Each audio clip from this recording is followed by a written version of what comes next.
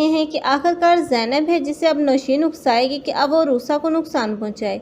और ज़ैनब जो कि अपने गुस्से और हसद की आग में और जलन की आग में इस कदर जल रही है कि अब वो नवीद की कही हुई बात भी भूल जाएगी, क्योंकि नवीद ने तो उसे पहले दिन से ही बोला था कि अब रूसा को कोई नुकसान ना पहुंचाए, क्योंकि अब जो कुछ भी उन लोगों के साथ हुआ है वो सब कुछ अब अल्लाह पर छोड़ दे और अल्लाह ही बेहतरीन इंतकाम लेने वाला है। लेकिन अब यही बात भूलकर अब ये ज़ैनब रूसा को सीढ़ियों से धक्का देती हुई नजर आएगी, जिसमें अब रूसा बहुत ही ज़्यादा जख्मी दिखाई जाएगी। हो सकता है कि इसमें अब रूसा के बच्चे को भी नुकसान पहुंचे। जब ये बात नवीद के कानों तक पहुंचेगी तो नवीद ये बर्दाश्त नहीं कर पाएगा कि अब ज़ैनब इस हद तक भी खुदसर हो सकती है।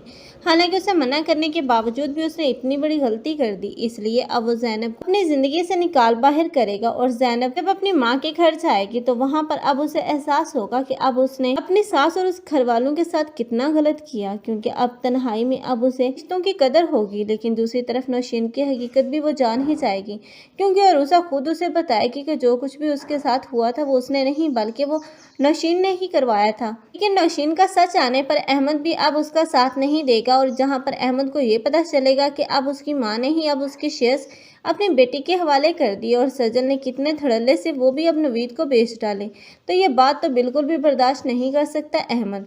और नवीद और अहमद में एक जंग सी लग जाएगी, क्योंकि अब नवीद जो असद को नीचा दिखाने के लिए सब कुछ कर रहा है, आखिरकार जब उसको बिजनेस में नुकसान होगा तो यही असद होगा जो उसका बासु बनेगा और उसका सहारा बनेगा। तब नवीद को एहसास होगा कि उसने असद के साथ कितना बुरा किया था, तब वो भी असद से माफ़ी मांगेगा।